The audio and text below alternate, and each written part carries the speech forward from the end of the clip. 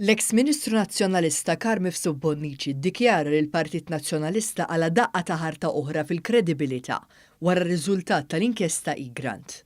Fuq il-blog tiegħu Mifsud Bonnici ħareġ u għal-kap Adrian Delija fejn qal li ma jistax jaħti huwa nuqqas ta' popolarità li għandu l-istess partit. Qal ukoll li Delija daħal għal-adma ibsa u bħalissa qed jikkumbatti u jiġġieled lill-Juni. Adma ibsa għal fatt li fl-aħħar elezzjoni ġenerali l-Partit Nazzjonalista għala daqqa ta' ħarta qawwija u llum il-ġurnata dik id-daqqa hija ferm aktar b'saħħitha, speċjalment fejn tidħol il-kwistjoni ta' kredibilità fil-messaġġ tiegħu wara r-rapport maġisterjali dwar il-kwistjoni Grant. Fuq l-istess blog, Mifsud Bonnici kellu messaġġ għal dawk li ilhom ġimgħat sħaħ jagħmlu ħajjet il-kap Adrian Delija ferm diffiċli. Partit li intilef tant fil-kampanja elettorali interni tiegħu, pożizzjonijiet u diskors żejjed, pożizzjoni li tant saħnet fix-xejn li kompli tgħaddejja wara.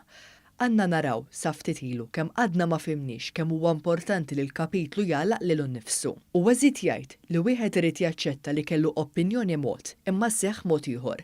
Biss f'dan kollu trid tkun qed tagħmel ġudizzju politiku żbaljat u maqtuħ biex taħseb u tippretendi minn dan il-partit li finqas minn sena mill-bidla li seħħet ikun qiegħed jiġbor kunsens elettorali qawwi.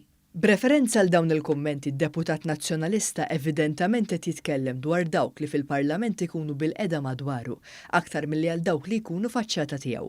Finalment jagħmilha ċara li hu l-kap, b'referenza diretta lejn Adrian Delija u f'ammissjoni li fil-Partit Nazzjonalista għad hemm min qed jikkontesta dan kollu.